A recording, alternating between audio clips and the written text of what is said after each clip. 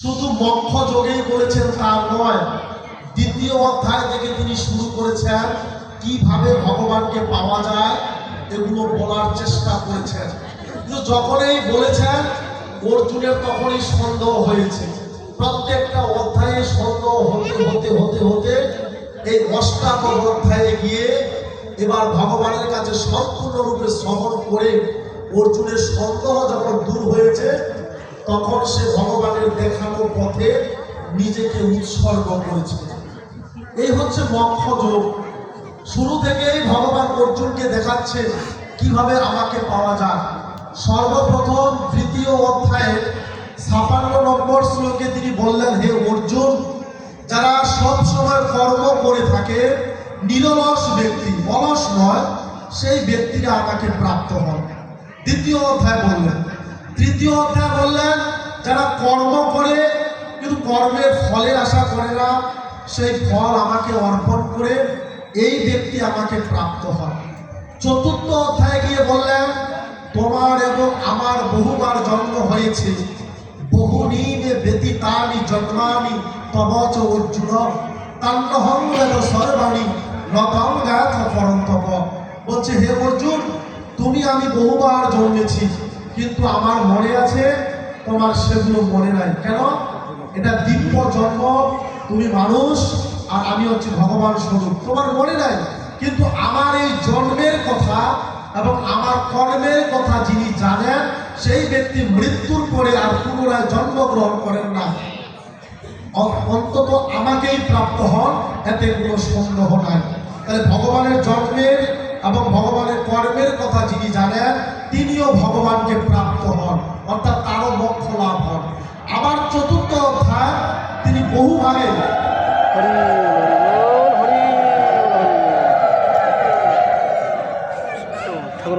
চতুর্থ অধ্যায়ে তিনি বিশদ ব্যাখ্যা করার পরে এবার অষ্টম অধ্যায়ে ভগবান কৃষ্ণ অর্জুনকে বলছেন কি, অন্তকালে চ মামেব স্মরণ মুক্তি আকলে বরম ইয়া প্রয়াতি সম্মত ভাব ইয়া তিন মন্ত্র সংশয়। বলছে, শেষের সময়ে যিনি আমাকে স্মরণ করিতে করিতে দেহত্যাগ করেন, সেই ব্যক্তি আমাকেই প্রাপ্ত হন। এই শ্লোকে ভগবানের কোনো নাম তিনি উচ্চারণ করেন নাই। বলছে, আমাকে স্মরণ করতে করতে কেউ রাম স্মরণ করতে পারে, কেউ কৃষ্ণ স্মরণ করতে পারে, কেউ কালী নামে স্মরণ করতে পারে, অনেকভাবে তাকে স্মরণ করা যেতে পারে। যে কোনো একটা নামে যদি ভগবানকে কেউ মৃত্যুর সময় স্মরণ করে, ভগবান কৃষ্ণ বলছেন তার মোক্ষ প্রাপ্তি হয়, সে ব্যক্তি আমাকেই প্রাপ্ত হয়। এবার এর পরের শ্লোকে বলছেন, যে কোনো নাম যদি নাও নিতে পারে, শুধুমাত্র ওম নামটি যদি কেউ স্মরণ করে এবং এই ওম নাম স্মরণ করিয়া যদি কোনো ব্যক্তি প্রাণবায়ু ত্যাগ করে, সেই ব্যক্তি আমাকেই প্রাপ্ত হয়, এতে কোনো সন্দেহ নাই। জয় রাধা গোবিন্দ। এইভাবে ভগবানকে পাওয়ার বিভিন্ন উপায় বলতে বলতে অর্জুনকে ভগবান কৃষ্ণ 28টি উপায় বলেছেন। আপনারা শ্রীমদ্ ভগবত গীতায় লক্ষ্য করবেন, শ্রীমদ্ ভগবত গীতায় লক্ষ্য করবেন, শ্রী ভগবান উবাচ, এই কথাটি আছে 28 বার। বাড়িতে গিয়ে একটু মিলাবেন, শ্রী ভগবান উবাচ, এই কথাটি রয়েছে 28 বার, এবং এই 28 বার ভগবানকে পাওয়ার উপায় বর্ণনা করেছেন। মানে শুধু একভাবে ভগবানকে পাওয়া যাবে আর অন্য কোনোভাবে ভগবানকে পাওয়া যাবে না, গীতা এত সংকোচন করেনি। গীতা সম্প্রসারণ করে দিয়েছে। 28টা ভাবের মধ্যে তোমার যে কোনো একটা ভাব যদি তুমি অবলম্বন করো, তুমি অবশ্যই ভগবান কৃষ্ণকে লাভ করবে, তোমার ঈশ্বর লাভ হবে, তোমার মোক্ষ লাভ হবে। এবার আসি শ্রীমদ্ ভগবত গীতা অষ্টাদশ অধ্যায় মোক্ষ যোগ। এখানে অর্জুনের প্রথম জিজ্ঞাসা কি, হে ভগবান, ত্যাগ কি বস্তু আর সন্ন্যাস কি বস্তু?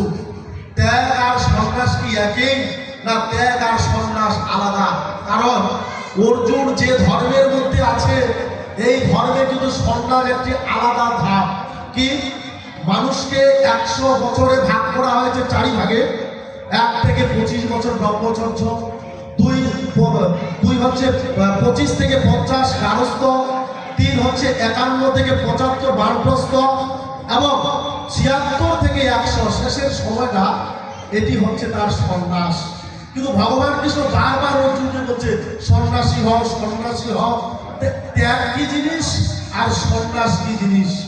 এই সন্ন্যাস কি 75 বছরের পরে হওয়া যায়, না তার আগেও সন্ন্যাস হওয়া যায়? ভগবান কৃষ্ণ এর আগে সমস্ত প্রশ্নের উত্তর দিয়েছে, তবুও অর্জুনের সন্দেহ দূর হয়নি, অর্জুনের ভয় কাটেনি। কেমন করে? বলছে আকাশে মেঘ হচ্ছে, বৃষ্টি হলো, মা আমার ধান সিদ্ধ করেছে, ধান শুকাতে দিবে। বৃষ্টি ছেড়ে গেছে, কিন্তু তবুও মা ধান শুকাতে দিতে চাচ্ছে না। কেন? কারণ তখনও সূর্য উদয় হয় নাই। বলছে আবার যদি বৃষ্টি হয়, ধানগুলো মেরে দিল, যে আবার বৃষ্টি হয়। এই সপ্তদশ অধ্যায় পাঠ করার পরেও অর্জুনের এবার সেই অবস্থা, যতক্ষণ পর্যন্ত আকাশে সূর্য উদয় হবে না, মানে আমি প্রমাণ পাবো না, ততক্ষণ পর্যন্ত ধান শুকাইতে দিব না। যতক্ষণ পর্যন্ত ত্যাগ এবং সন্ন্যাস সম্পর্কে আমি জানতে পারবো না, ততক্ষণ পর্যন্ত আমি ভগবানের কোনো বাক্যই হ্যাঁ বা না বলিয়া স্বীকার করিব না। ভগবান এবার তাকে বলছে, অর্জুন, ত্যাগী আর সন্ন্যাসী আলাদা বস্তু নয়। যিনি ত্যাগী তিনি সন্ন্যাসী। শ্রীমদ্ ভগবত গীতা ভাষ্য অনুযায়ী সন্ন্যাসী আর কামী হচ্ছে আলাদা। যিনি সন্ন্যাসী এবং কামী, সন্ন্যাসী আলাদা, কামী আলাদা। যে ব্যক্তি গৃহে থাকে তিনিও সন্ন্যাসী হতে পারেন, যে ব্যক্তি পথে থাকে তিনিও সন্ন্যাসী হতে পারেন, যে ব্যক্তির মাথায় ভর্তি চুল থাকে সে ব্যক্তিও সন্ন্যাসী হতে পারেন, যে ব্যক্তি মাথা নেড়া করেছে সেই ব্যক্তিও সন্ন্যাসী হতে পারেন। সন্ন্যাস কখন হবে? যখন সমস্ত কর্ম শ্রীকৃষ্ণ অর্পণমস্তু নমঃ, মানে আমার সমস্ত কর্ম ভগবান কৃষ্ণের চরণে অর্পণ করবে, তখন সেই ব্যক্তি সন্ন্যাসী বলিয়া গণ্য হবে। জয় রাধা কৃষ্ণ। এবার ত্যাগীর কথায় আসি। ত্যাগীর কথা গিয়ে বলতে গিয়ে ভগবান কৃষ্ণ তিনি এই অষ্টাদশ অধ্যায়ের 3 নম্বর শ্লোকে বলছেন, হে অর্জুন, ত্যাগ করো, ত্যাগ করো, ত্যাগ করো। কি কি ত্যাগ করতে বলছে? আমরা যদি গীতাটাও দেখি, গীতা গীতা গীতা গীতা, তাহলে ত্যাগী ত্যাগী ত্যাগী ত্যাগী ত্যাগী। এই গীতা বলছে ত্রিবিধম নরকম সেবম দাসম নরকম দারনাশম। নরকের দ্বার হচ্ছে 3টি বস্তু। এই 3টি বস্তুকে ত্যাগ করো, কাম, ক্রোধ এবং লোভ, এগুলোকে ত্যাগ করো। আর কি ত্যাগ করা যাবে না? অষ্টাদশ অধ্যায় ভগবান কৃষ্ণ বলছে, এটা মনে রাখবেন। কি বলছে? যজ্ঞ দানম তপঃ ন ত্যাজ্যমিতি চ অপরে। তোমার জীবন যেতে পারে যা, কিন্তু যজ্ঞ ত্যাগ করবে না। তোমার প্রাণবায়ু চলে যা, কিন্তু তুমি কি করবে? তপস্যা ত্যাগ করবে না। ন ত্যাজ্য, এগুলো ত্যাগ করা যায় না। যজ্ঞ, দান এবং তপস্যা। আমার যে সমস্ত ভক্তবৃন্দ এখানে উপস্থিত আছেন, আমি অনুরোধ করে বলছি, ভগবান কৃষ্ণ বলছে যতদিন বেঁচে থাকবেন যজ্ঞ করবেন, যতদিন বেঁচে থাকবেন দান করবেন, যতদিন বেঁচে থাকবেন তপস্যা করবেন। সমস্ত কিছু ত্যাগ করা যায়, কিন্তু যজ্ঞ, দান এবং তপস্যা, এই 3টি বস্তু,